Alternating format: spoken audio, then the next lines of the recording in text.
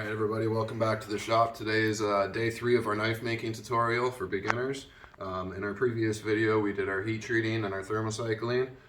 Now we have a hardened blade, but at the time we still have the edges about the thickness of a fingernail. So we're going to set the table back up, do a couple more passes on here just to bring it down to a little more manageable. A couple of notes you guys should keep in mind: it is a hard blade now. It is going to take a lot more work to remove the metal. Another thing you want to consider is you want to make sure that you don't overheat. So the finer the grit on your belt, the more heat there is. So we're going to do a few passes on a rough grit. Not going to go too far, and you want to make sure you're moving fast. Like I said, you don't have to do this way. You can do this with sandpaper. You can do this with files. There's many ways to do this. So we're basically just going to jump right into it. Yeah.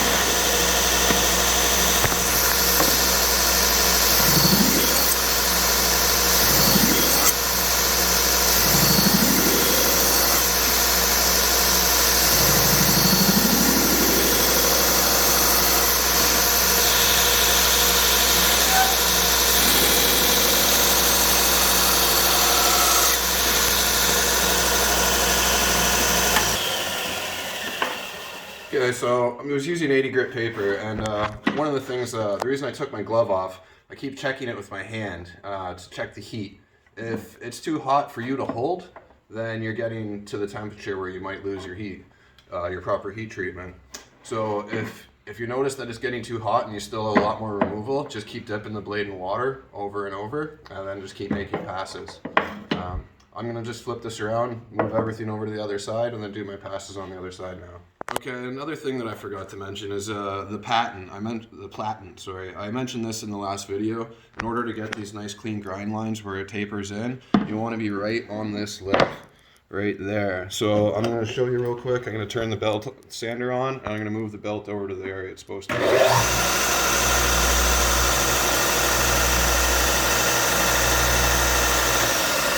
Okay, so now when we're making our passes, we're trying to start it right there on that platen, and then pull it away from there. I'm not putting it flat against like this. I'm taking just the edge here and pulling it away. So I'm not contacting the entire belt.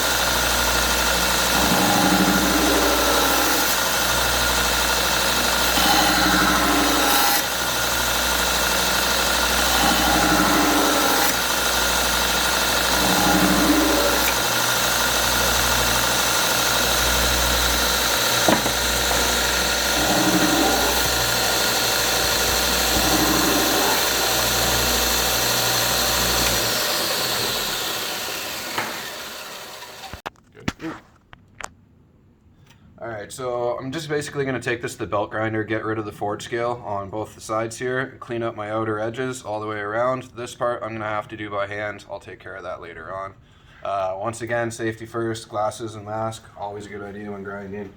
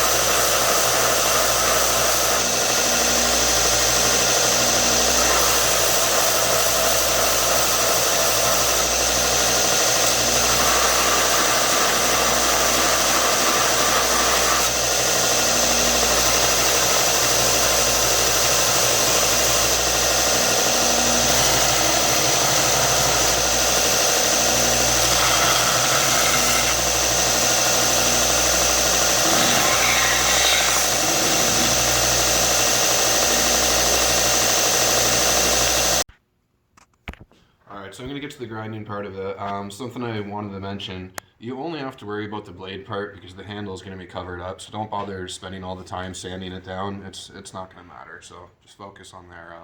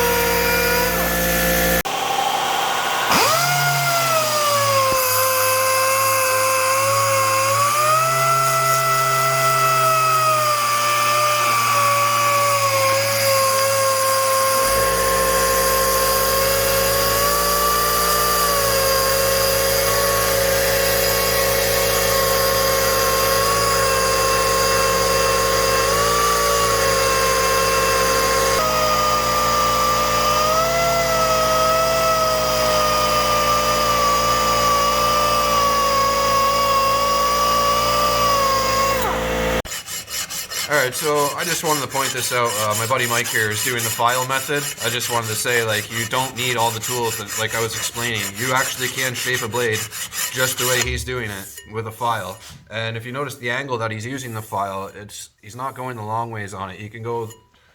Using it as a draw file. Basically. Yeah, using it as a draw file essentially, right? So just keep that in mind. Like I said, you can do all of this at home with very little tools.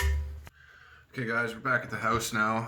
I did sand this down quite a bit. There's still a few lines in there. I normally would take the time to get these out, but I'm time rushed. I'm trying to get this video done in 2 hours so that way I can play it for all of you guys.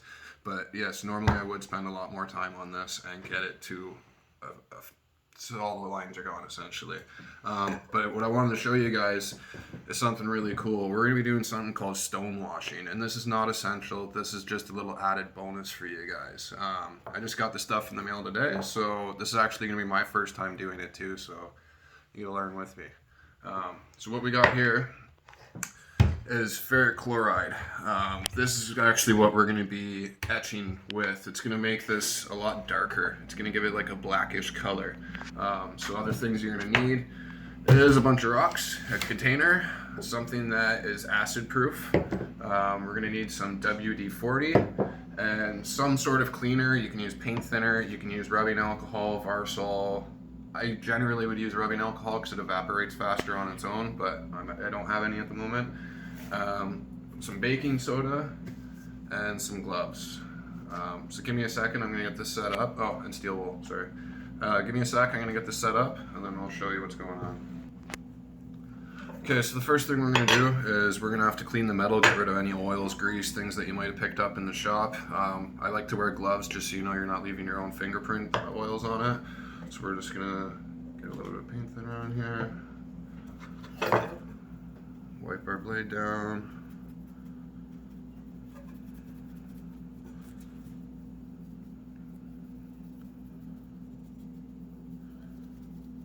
Get it nice and clean. And I'm just gonna wipe this off with a paper towel, throw this out. Alright, so I got the paper towel. You good? Okay. Just gonna wipe it off, get rid of all the extra paint thinner, make sure you do a really good job at this. And then from there, we're gonna go straight into the ferrochloric acid. I have to top that up just a little bit. And this stuff is corrosive, so make sure you're wearing gloves when you use this. That should be good. And we're gonna put 5 minutes on the clock for a dark, and 10 minutes if you want it really dark. I'm probably gonna go somewhere in the middle, about 8 minutes. So we'll be back in 8 minutes. I'll show you what happens. Alright guys, it's been 8 minutes, so I'm gonna take the ferrochloric acid and the knife and some baking soda over to my sink here. So we're gonna take the knife out, let it drip. I'm gonna put it over my sink. Rinse it off real quick. Sprinkle some baking soda on it to neutralize whatever acids are left.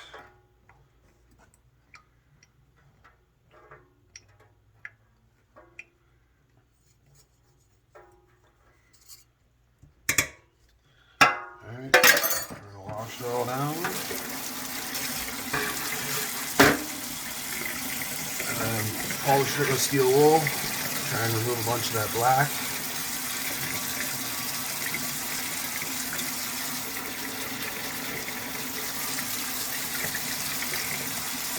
And this does help with rust prevention, but it doesn't stop it from happening. It just slows it down a bit.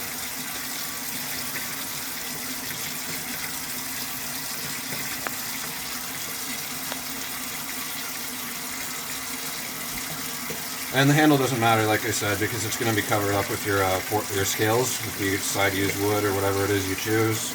I'm going to be using wood, oak specifically. Okay, I'm just going to grab a couple paper towels and dry it.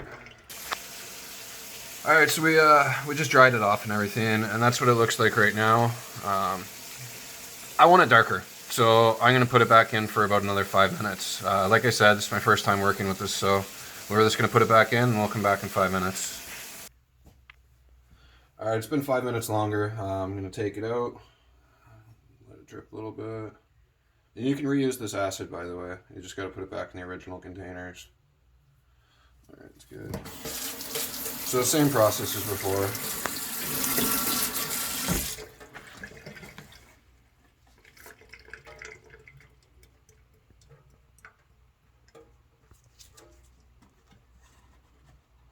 And yes, you could just add baking soda to water.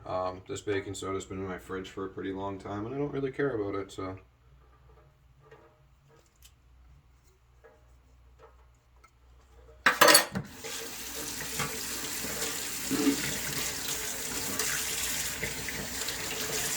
Scrubbing it with steel wool.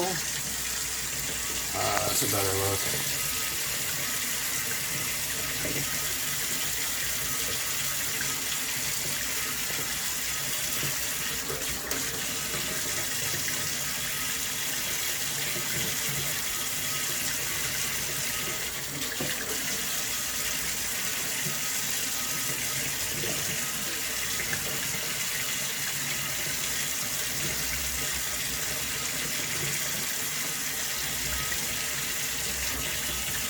Alright, and then from here,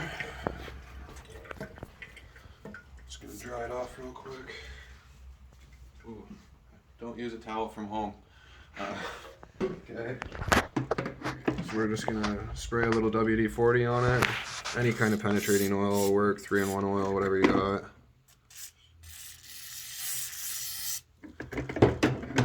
Drop it down in there. Screw a lid on. And now we're literally just gonna shake this back and forth for about 4 to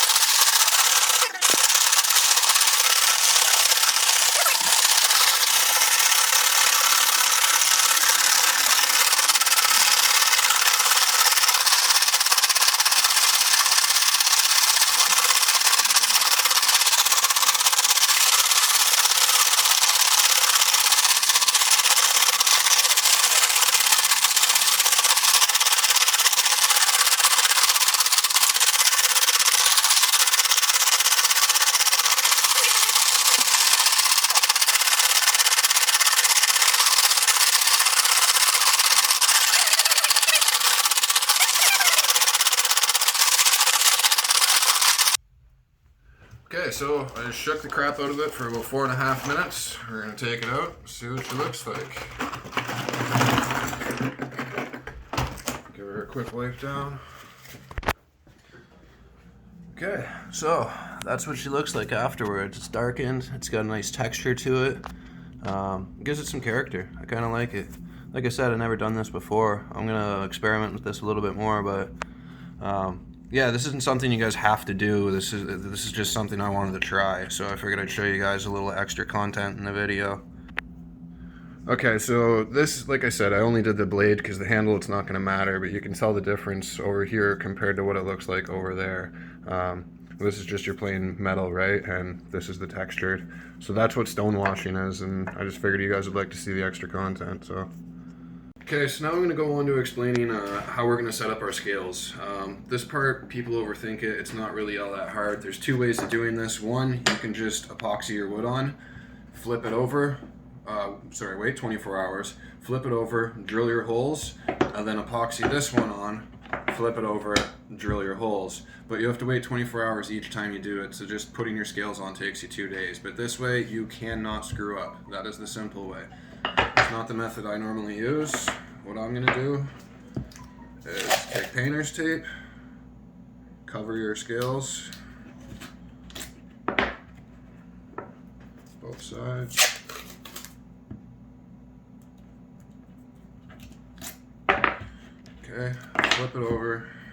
So one of these you have to do on both sides.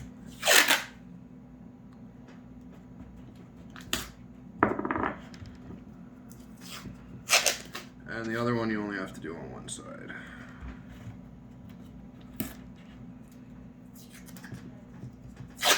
And you're gonna need, if you're doing it this method, you're gonna need either crazy glue, super glue, something strong. I'm using Gorilla Glue. It's a spray adhesive, works really well and saves time.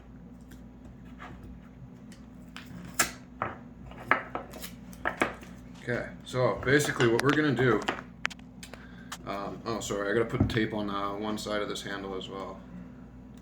Come on.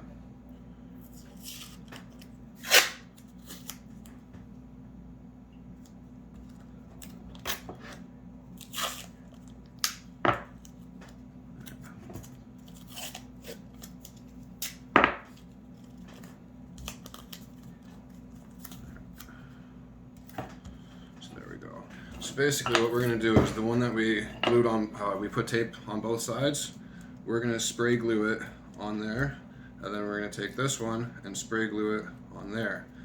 And then this will all be stuck together, and at that point we can drill our holes through, and then we can simply just peel it away.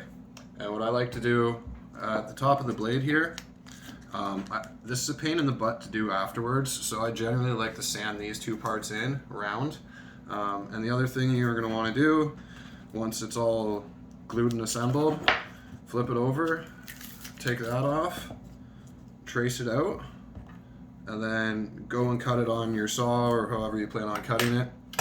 And when you trace this line, never actually cut on that line. So if your line's right there, leave about that much extra. because there is nothing worse than getting that far and realizing that you didn't leave yourself enough material and then you have to reshape the metal. That's a pain in the butt. I'd like to go further with this, but like I said, guys, I'm really time crunched. So if you guys have any questions, you guys have my email, or you can ask me in the comments at the end of the video. I'll answer any questions you guys have. Have fun. Alright guys, sorry that this video was a little bit rushed. I fell behind. I've had a lot going on in my world lately. So I've tried to do the best I could on the time frame that I had. I literally put everything that you're watching right now together in the past 3 hours. Normally I give myself a lot more time, but like I said, my world's been pretty crazy lately. I really hope you enjoyed the content, and I'll see you in the next one.